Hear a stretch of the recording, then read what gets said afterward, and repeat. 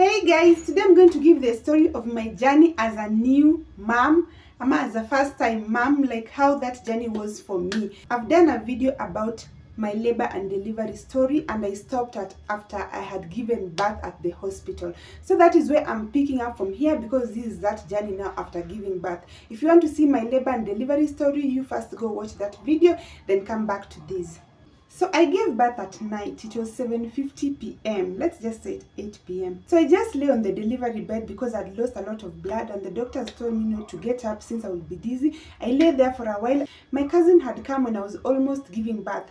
So I told them to give my cousin the baby. So she was holding the baby. So I lay there for a few minutes, and then after some time the nurses came and told me it's okay to stand up.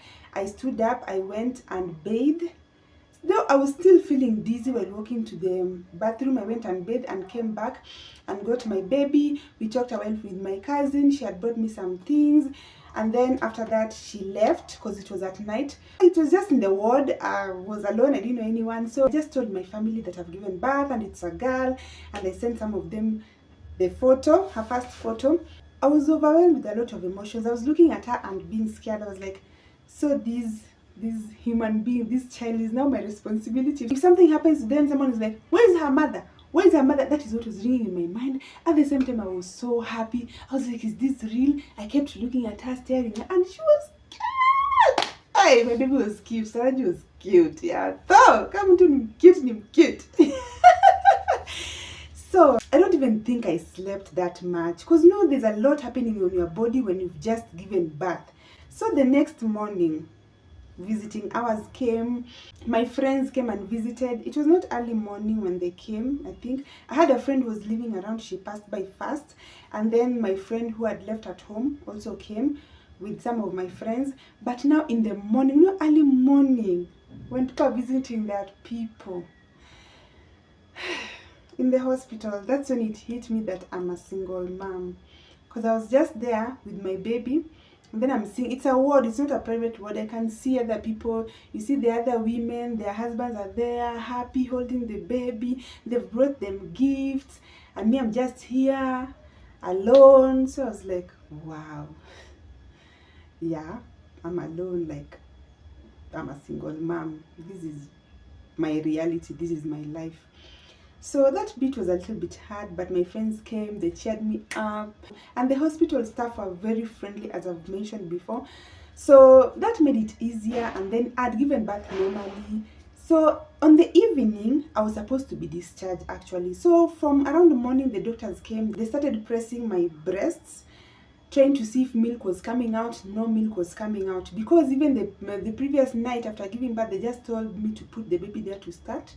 Exactly, but there was nothing coming out, and they told me it's normal. Most of the times it's that a watery thing that is coming out at first, and then the milk will follow. Now the problem is that watery thing was not even coming out. There's nothing coming out of my breast. It was dry. So even one doctor passed by and she was like, I'm supposed to discharge you because you don't have any complications or anything, but you don't have milk completely, and I'm worried. So I was like, what am I supposed to do? So they just decided to discharge me, and I said, okay, just go home. And they were like, just go home and just keep putting the baby here. The milk will come. So that is the following day after giving birth. I went home. There was no milk. Imagine, I tried. There was nothing. No white thing, no milk. Imagine the baby was born last night. She's now hungry at this point. There's no milk. I didn't know what to do. So it was me, and my friend had come to stay with me. My best friend had come to stay with me and take care of me. So we were just there, we were like, we don't know what to do. Even our friends, we had neighbors and friends who were also first-time moms. We had kids of almost the same age, which was very comforting, because at least we would talk. But now I didn't know what to do, and everyone was like, take njahe. Banange, I ate njahe. I've never eaten njahe like that in my entire life. But just like, njahe, go buy njahe.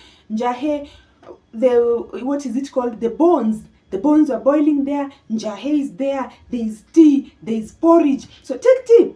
Someone is like, put cocoa. Cocoa is the one that will just bring milk instantly. Like, cocoa, try. Cocoa, nothing. Okay. So I was just like, guys, and my friend also had a friend there. So we're like 3 girls, I think. So I was like, guys, help me with the porridge. Flask. Porridge. Nothing. Aya, milk tea. That's the one that will bring milk tea. Nothing. Njahe. Nothing. The boiled sijui bones. Nothing. There was no milk coming in. Day 2, my baby now started crying. At night, she was crying so much. She was not sleeping. There was no food. I didn't know what to do. See, I gave birth like inside today, and then the next day I was discharged. There was no milk. Now the following day, no milk. I'm telling you, I was so stressed at this point. I'm like, this child is hungry. I don't know what to do. I'm a first-time mom. I don't know that if there's no milk, then what? Now, my neighbor, she had a baby I think was 6 months older than my baby, and we were very good friends. So she was just coming in all the time, checking in. What is going on? Yeah, do you have milk? Are you okay? Blah, blah, blah. This friend of mine, my neighbor, she just stormed in the house with none. I didn't even know that I didn't know that newborns can also take naan. I knew naan was for kids, but I didn't know that newborns could take. She stormed in the house with naan, and she was like, Linda, this child is hungry. We are not going to wait for your milk to come. This child will first take naan. Not that time I was like, oh my God, why is she supposed to take breast milk? They said breast milk is the best for newborn. How can you give a newborn naan? I didn't know. At that point when she said that, I was like, okay, that makes sense. Because the baby is hungry. What are we supposed to do? I did not sleep. Sleeping is where? How can you sleep with a hungry baby and a newborn? I did not sleep. She brought her naan actually, and then just gave the baby. So she mixed it. I didn't even know how to mix those things. She mixed the thing for me, and she gave the baby. And the baby at least kept quiet for some time. I was like, okay, that's nice. So my friend who had come to take care of me, now my bestie, when she was going to the shops, there was this mama who had a mini supermarket just down on our apartment there on the ground floor, like right next to it. She had a mini supermarket, and she knew me. So when she saw my bestie, and she also knew my bestie, so she asked her like, how is she? Has she given birth? I haven't seen her out here. And my best friend told her that yes, she has given birth. She was an elderly woman, and then she just asked how I'm doing, and they just had a small chat. And my best friend told her that I don't have milk and we don't know what to do, but the baby is taking naan. And this elderly woman just told my best friend that tell her to relax. The milk will come. It doesn't come on day 1 for everyone. Tell her to relax. The milk will come. And my best friend came and told me that this mama has said, you just relax, the milk will come. And I'm telling you, that thing worked wonders. I had it because she was an elderly mama and I trusted. I was like, wow, okay, so she'll just relax. And I also had naan from my friend. So at least the baby was sorted. And then I was just like, okay, when the milk comes, the milk will come. So I continued giving the baby naan. I gave her naan that day, I gave her naan the next day. And then on day 3, I don't know what happened. I was just like seated on the bed, and then I saw something dripping. I was like, what is going on? And then I did this and squeezed. The milk splashed like this. I am telling you, we have never celebrated milk like that. I was like, milk! I have milk, guys! Because we were now 3 girls in the house. I was like, I have milk! I have milk! I am telling you, I was happy. It was a happy occasion. So from there, the milk issue was sorted. From there, I had too much milk actually. I would just like drip, drip. Now at night, my baby, she didn't have colic. No, they looked at her at the hospital. She didn't have colic, but my baby was crying. She was a crying baby, and she cried up to I think 2 years plus. That's when she stopped crying, just like that. But not these first few days. She was crying so much, and then she would start sleeping at 3 a.m. 3 a.m., 4 a.m., 5 a.m. So I was just like this at night when I was tired. And so when I get tired, I put her on the bed next to me, but she would cry still. I'm telling you, everyone knew my baby. Because of crying. In the morning, my neighbors will come to check on me, like, did you sleep? And some of them are like, we can just wake us up at night so we can come and hold the baby. And I'm like, there's no way I can wake you up. And I can't sleep during the day. It's just very difficult for me. So I would stay up until 3, 4 a.m. when I start hearing vehicles and people moving and going to work. That's when I start sleeping. And then, I have also people who are taking care of me, who are in the house. So when they wake up, I can no longer sleep because I feel the movements, and it was a bed sitter. So I was sleep deprived.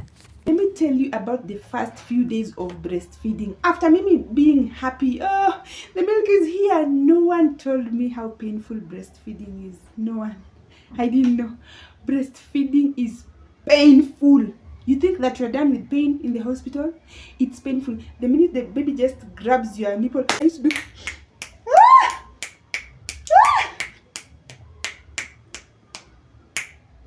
I'm telling you, if the baby is sleeping, you're like, what? If they wake up and they start crying and you sense that they are hungry, you will get stressed. You're like, oh my God. And the baby has to, this is their food. You cannot not give a child their food, but you remember the pain. But a friend of mine will just like grab things like, it is painful. If no one has said it, I am saying it. Breastfeeding is painful the first few days, but after a while now the pain disappeared. During these first months when I just started breastfeeding, I didn't know how to breastfeed. Me, I thought I knew. Me, I thought to just put the baby here and the baby suckled on the nipple. What I was doing is, this is the nipple. I was putting the baby here. The baby was suckling here. So the baby was not getting enough milk. Taraj is here. So, Mama, let me finish this video. So the baby was not getting, okay, this baby. So the baby was not getting enough milk because she was just holding on to the nipple like this. And at the same time, she was bruising me. She was doing this. She was doing this on my nipple. At the time, I started getting bruises. Bruises to a point where I started seeing blood coming out. I was like, whoa, it is painful. And also it's unhygienic for me to give a baby milk with a wound. So I decided to go to the hospital. So after going to the hospital, I just told them, I showed them, I'm like, yeah, this is what is happening to my breast. It is painful. And they're like, the baby is not latching on properly. Like, did I even know what latch? What is latching? A newborn mom, do you know what latching is? I'm telling you, being a newborn mom. So they were like, the baby is not breastfeeding. Like, if this is your breast, and this is the nipple. You know that black part, that circle part, this part is called the areola. That black part, that is where the baby's mouth should be. The baby should be holding onto your breast like this. I don't know if I can demonstrate. The baby should be holding on to your breast like this. Okay? So they are sucking like this. The milk is just getting into their mouth, like a lot of it, as opposed to they're just here. Do you know the difference? Do you understand what I'm saying? So because I was like, you people show me. I'm here and the baby is here. Show me. They're like, hold the baby. Put the baby, show us how you breastfeed. I showed them, they were like, no, that's the wrong way. And then they were like, now you wait for the baby to open their mouth fully and then just shove your nipple inside so that they can feed well, because sometimes they will just open their mouth like a bit. So if you just hold their nipple, no, they open their mouth like this. Oh, you understand what I'm saying? So after that, I went back home and I did that. And I don't know if I was given some medication to dry up this, and then, yeah, I think I was. And then I got better now, so I knew how to breastfeed. I'm telling you the things I learned. Me, I thought that these things are just automatic, that that's natural. Once you just put the baby on the breast and then nipple and that's it. I didn't even know there's a formula to breastfeeding, correct way of breastfeeding. I know when you do that, at least the baby also gets enough milk. Another thing, I had this fear. Later I came to learn that it was postpartum depression. I didn't know at the time. I didn't know it manifested in that way. I thought postpartum depression is like any other depression and it's just being sad, but it manifests differently in different people. So I had this fear, and I'm a writer. I've written about a lot of topics, including SIDS, sudden infant deaths. So this is a situation whereby kids just die. When they are young, newborns, they just die. There's no explanation, there's nothing, they are not sick. Even the doctor cannot tell you why the kids just die. And it happens. Kids just die. I'm telling you, that thing was on my mind. And then another thing, I've heard of stories of women who had slept on their kids and their kids died in the middle of the night. I'm telling you, I was thinking negatively. I had all these things. So I already had the baby cot, on the bed. Luckily my bed was big, it was a 5x6. So I will put the baby cot like somewhere on the corner there, and then I sleep on the edge like this. And then I keep, from that time that we started sleeping, the 3 a.m., 4 a.m., I just imagine that I will be rolling over and like unaliving her in her sleep. I was just like, no, that's not happening. We are sleeping on the same bed, but not on the same mattress. She has to be covered somewhere. Where? So I had just had that fear for a long time. So sometimes I would unzip that thing and then I listen to her if she's breathing. Is she breathing? She's still here? She's still here with us? Okay, Sawa. I unzip. I said, is she breathing? Okay, people, I did not sleep. I was worried. I was anxious. I was tired. I did not sleep. I didn't know what sleep was. I started sleeping when my baby was 3 months old. Now, days after she was born, she started doing this thing where she would just what is it called? Kushtuka. She would just get startled. And then she would do it. It was so much to a point where I thought her heart would just like stop, because she would just be sleeping and then she's like and I'm like, what? And this is a newborn baby. And her heart, the way the heart was just going, I was just like, this baby one day, she's just going to do this and just go. I was worried so much. I don't know what that was. She was not sick. The doctors looked at her. She was not sick. But she would do that, and a lot. Even when she's just sleeping on her own, she's just like, I was like, Jesus Christ, I prayed over her. I don't know what I asked everyone. No one had experienced anything like that. I was like, no, what is this? Isn't Shetani Gani? My friend's mom told her that, I don't know what it is, but there's a way people, traditional people, well, not October, there's a way they know some of these things. They don't have English words, but there was something, and there were some traditional herbs that could help. Don't judge. Don't judge until you've had a baby that her heart is almost stopping and you've done everything and you know what's going on. See, witchcraft, not witchcraft, it's just herbs. Like the way we pluck leaves and pound. So, my mother's friend, now she gave my friend the herbs. My friend brought the herbs to me. I was like, you know what? We are trying this, because now, what am I supposed to do? So we used to go up at the rooftop. There were a couple of new moms. Like, we had like, our babies were almost the same age. Mine was like all just newly born. Another one was like 2 months old. Another one was like, is it 3 months? We were in that canyon. So we used to go up there and just let the babies enjoy vitamin C, tomato stockings, and there we are new moms. We're chatting. So one day, the other moms didn't come, so I just went up there, and I had that kahab. So as she just started, me just took that kahab. I was told that you put it in here, and she sniffs. I just put it here. Kadogo, just a tiny bit like this. I just put it here, and then she just did. Where? Mimi running down the stairs with my baby. I went to my neighbor, now one of my friends. Her baby was 2 months old. I knocked. I was like, Sharon, Ebu, open. And then she was like, what's going on? Ebu, look at this baby. Is she alive? Is she breathing? So Sharon looked at the baby and she was like, Linda, this baby is sleeping. But I'm like, but why would she just sleep like? She slept at once. I couldn't explain it. I was like, oh, okay, she's sleeping. Okay, let me take her to the house so she can continue sleeping from there. I'm telling you, as a first mom, you'll have experience that when you tell people, other people are like, but are you crazy? But you don't know anything, and some of the things that you're going through, you've not found other people that are going through them. Let me take the baby to the house, and the baby continued sleeping. Where? So, and then at that time, there's a lot of things happening at the same time. I don't know even which one to say. At that time, I'm not producing excess milk. Like, I'm just milky all over. I'm just smelling of milk. It is just milk everywhere. And I was niliraruliwa. The baby tore my lady parts when she was coming out. So I had stitches and all, and we were told to sit on hot water. But is it supposed to be hot? I think it's warm water. Where Linda with basin in the bathroom, hot water, salt, and then sitting there. First day I was like, Jesus! Imagine you have a wound and then you're putting in salt.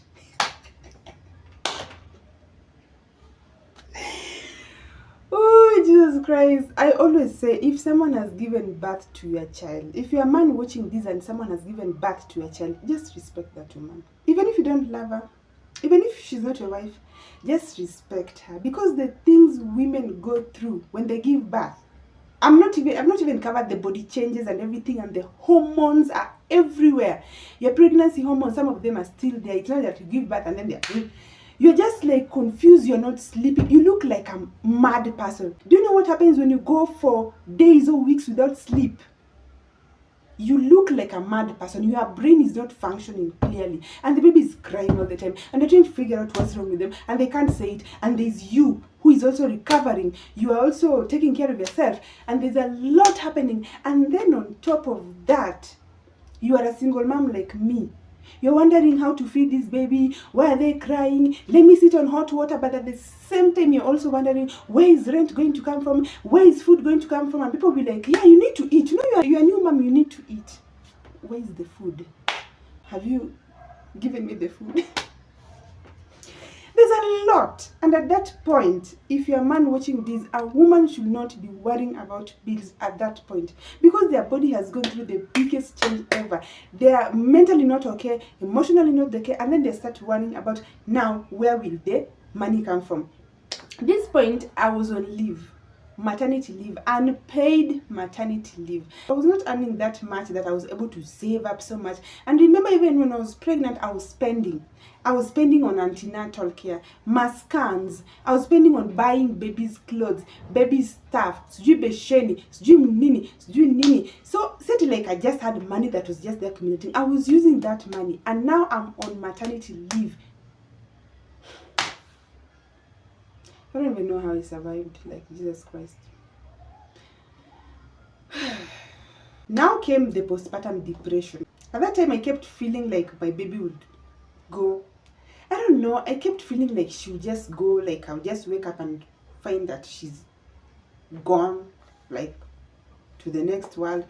And it's because I was thinking in my head, like, oh no, she was so beautiful, I loved her. If there's something that I enjoyed doing was dressing her up. If you see the way my baby was dressing when she was young, I was matching things, and things were beautiful. I would take photos. I was so obsessed with it. But I was like, why would such a good thing happen to me after all the terrible things that have happened to me? This is not true. This is just a trick. Maybe God or the universe or whoever is just playing a trick on me, and they're like, let me give you this so you can be happy, and then you're going to take it away. I don't know why I thought of that. And that was constantly in my mind. So that's why I even kept checking on her, as much as also the previous information I had about seeds and whatever. I kept checking on her because I was like, she's here. Okay, she's still here. Okay, she's here. She's breathing. Until there was a time I was just like, yeah, she's here. She's not going anywhere. And then I just relaxed. And I realized that that's postpartum depression. It comes off differently in different women. I had friends who had husbands, supporting husbands, but they still had postpartum depression. Because I used to think that I had it because I was alone, you know. Because my friend, by then my friend stayed with me for around 2 months. She really helped me, and then she went back home.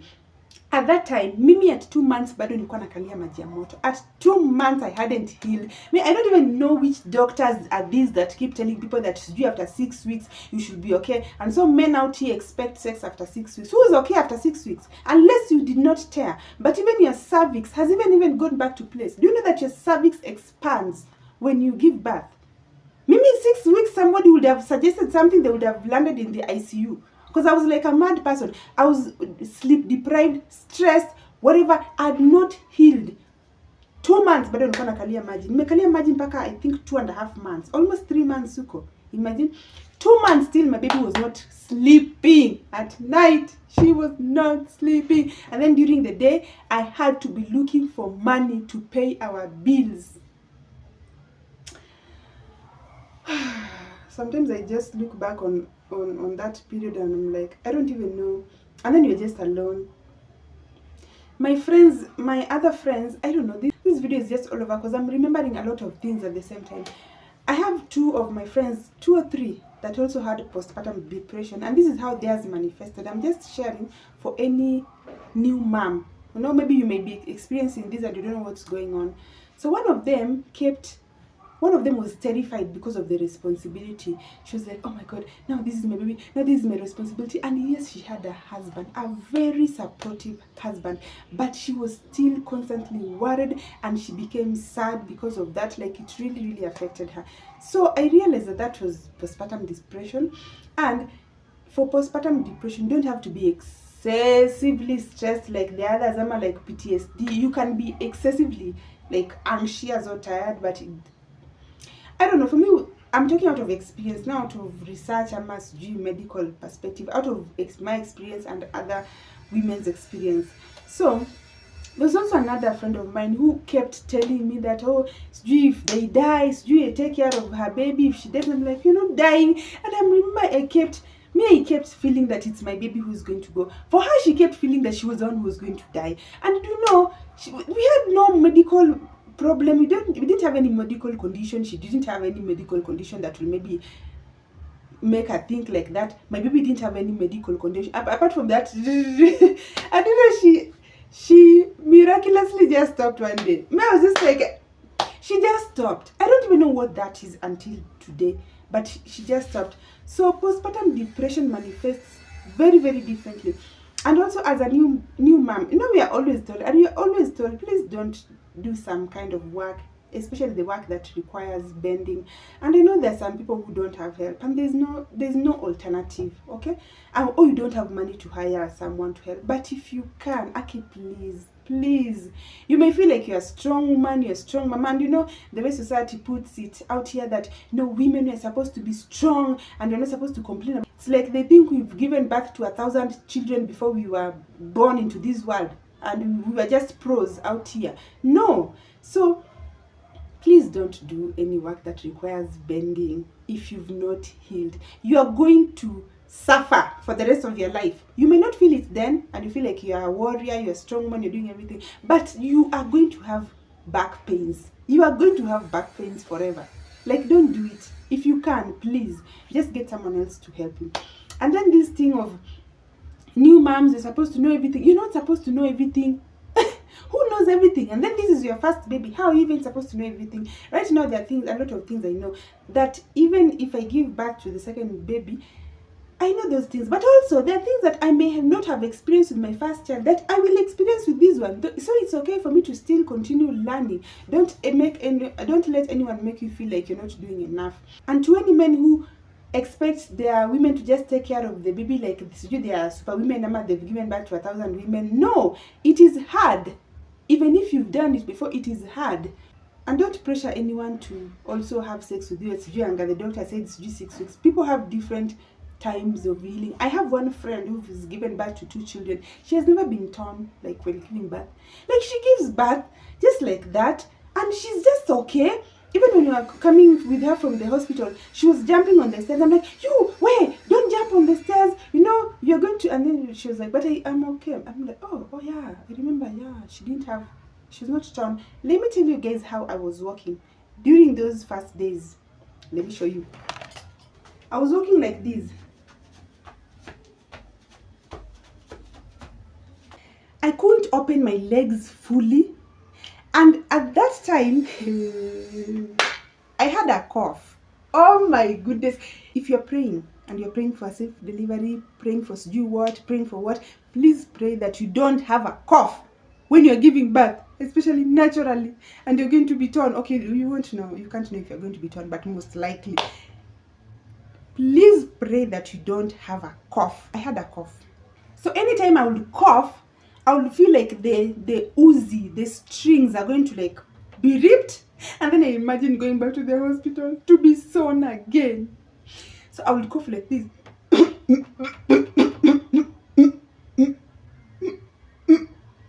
can't do that. What? I can't do that. Hey? And I thought I was the only one. There's someone close to me who also gave birth and she was coughing. Even when my relatives were calling her, they was like, no, we don't want to make you laugh. Let us just hang up. Because they realized, the older relatives, they know. Because she was coughing. And they know if you're coughing, what happens? You don't want to have a cough. Let's just say that. Because I can't explain in details. This is a public platform. So 3 months came. I was supposed to go back to work. So I looked for someone to help me take care of my baby, and I got a good person. The first person who took care of my baby, she was an amazing person. She loved babies. She loved my babies. She was a genuine person. We gelled so much, and we are close friends to now. She's one of my closest friends. I didn't have a fridge, so I was pumping milk. My friend gave me a breast pump. Me, I don't even think I could afford a breast pump. Then my friend gave me a breast pump. We sterilized it, tumeboil kila kitu, tumeosha blah blah blah. It was clean, it was good to go. So the thing is, I didn't have a fridge where I could pump and maybe put milk. I don't even know if you're supposed to put breast milk in the fridge. Maybe I don't know. But what I will do is I will wake up at 4 a.m. and start pumping up to 6 or 6:30. Hey. But now when I was squeezing milk, it will come out. When my baby is suckling, it will come out, a lot of it. When I'm pumping, no milk. No milk! I'm telling you, there was no milk. And then I start panicking because I'm like, it's 6:30. I'm supposed to bed, get ready for work. But this milk is not enough. People like, sijui quarter, you chupa. So I'll just be like, the more I panic, the more the milk disappears. Oh my God, I struggled in that phase.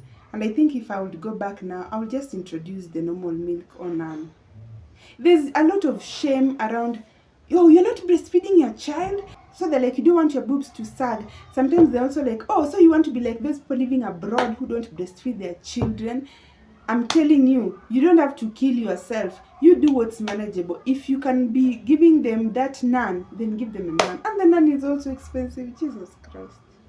We mtasi kudanganya ati sijui mtoto anakuja na sahani yake. Sahani ni what I provide. I am telling you, having a child is expensive. Let no one lie to you. Things won't just fall on your lap because you have a child. So I would leave even sometimes with that one bottle of milk. I would go to work. And then my boss was very, very understanding. He would allow me to leave early. He was just like, even for the first month or two, you can leave early. So I will tell the person taking care of my baby, when you give her that last bottle, no, when she has just finished the last one, just call me. So I can come running. Before she gets hungry, I am here. And I'm telling you, I trained myself to not call home. Because I'm a very anxious person and I overthink. I can be calling every 5 minutes. How is she? Send me a photo, send me a video, because we used to take a lot of photos and videos. She would even just take them, but I'll never ask. Because I knew that I'm an anxious person. So for me to focus at work, I'll be like, if I see a call, I know the breast milk is over or there's a problem. That is the only time. So when she will tell me like the breast milk is over, I'll be like, I just grab my bag. Bye! I'm out! Mio, kwa stage. I'm going to board a matatu and then come home. I'm telling you, they used to run from the stage to the house. Because you know, also I wouldn't just want to leave way earlier. You know, I can't be like coming at 8 and then by 12 I'm like, I'm leaving. So I'll be like, I want you to be that moment where I know she's taking the last one. So as she's still chilling, sometimes I would run from the stage.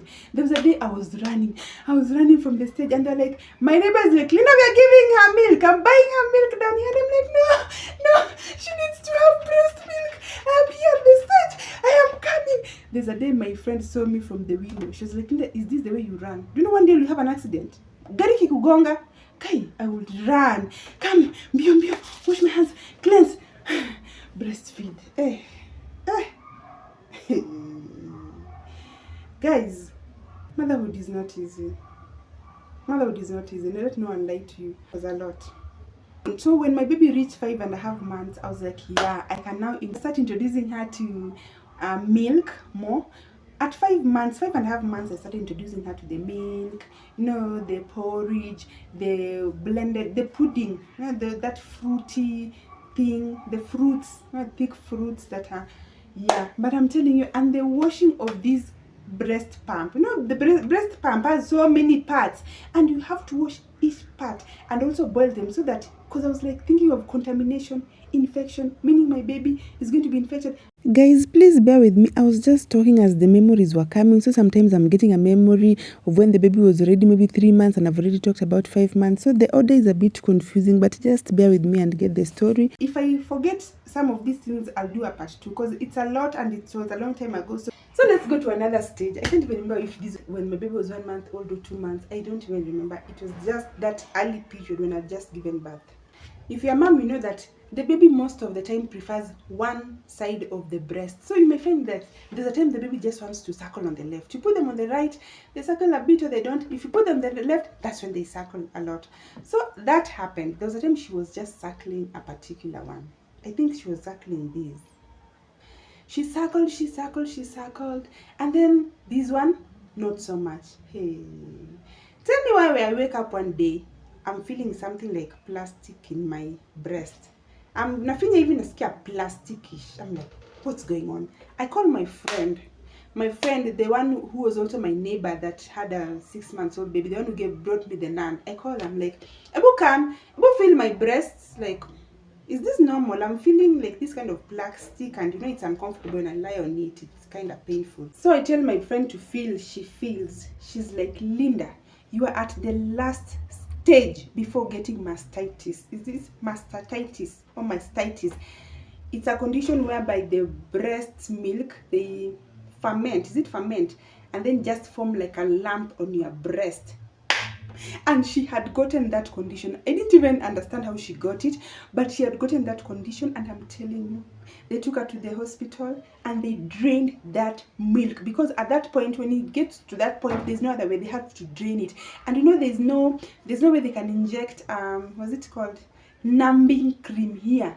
They just cut her like this to squeeze out the breast milk. The pain she felt. She was like, Linda, you're almost getting mastitis. I was like, what? She was like, yeah, this is how mine developed. It got to this point, and then next thing I was in hospital. I was like, hey, Jesus Christ, what am I supposed to do? She was like, you need to drain it, and drain it with getting a piece of cloth, putting hot water, and draining it. I'm telling you. Do you think that is not painful? Hey, but I was like, I'm not getting mastitis. I don't mastitis. I'm dismantling it. So we put a piece of cloth on hot water and just hold it. And I'm just like, oh, Jesus. I did that a lot, so many times in a day. Within a few days, I noticed that it was getting smaller and smaller, because the milk now was melting from the hot whatever. But it was hot, and I was putting it against my skin. Jesus Christ. The things moms go through, and then someone will just come there and abuse you. Oh, do what? You're not doing enough. What? You're a single mom, and you're doing all this, and someone else is just enjoying out there. They're just YOLOing. But anyway, this was not about that. But this was about sharing motherhood, my motherhood journey or experience. There are so many things I've not shared because it's been 6 years. There are things I've forgotten, and also that journey has been long. Those are the things that I can remember right now for the first few weeks and months. There are also things that happened from maybe 5 months, 2.5 months. That's when I started weaning her. So that was also a different journey. Maybe I'll tell you guys someday. When there was a time that she refused to take porridge, I tried all kind of porridge. So I used to go to lineups, ile ya Kirinyaga Millers Tao, Koja Street. I would line up there to buy that porridge. I bought the wimbi, what? All kinds of porridge in the supermarket. She refused to take porridge. And then one day, my friend told me, then who was helping me taking care of my baby, she was like, yeah, there was also someone that I was working for, and she used to give her baby this kind of porridge, and the baby loved it. Let's try it. I was like, why not? We've tried all other kinds of porridge. Let's try it. And I bought that porridge, and my baby loved it. She would take it like, no. Yeah, she loved it. I was like, thank God I've gotten something that works. Until one day, I go to my cousin's place. She had the same problem. Her boy was not taking porridge, and I was like, you know what? There's something that worked for my baby. Let me also share it with you. Show her the picture. And she was, Linda, this is not porridge. She was like, this is dessert. And I was like dessert, like what people eat after taking a milk. This is not porridge. I was like, but when I read on the package, it was just the instructions. I didn't know, I didn't see anywhere where it said dessert. I was like, God, no wonder she loved it, because it was tasty. Even me, I was like, it's yummy.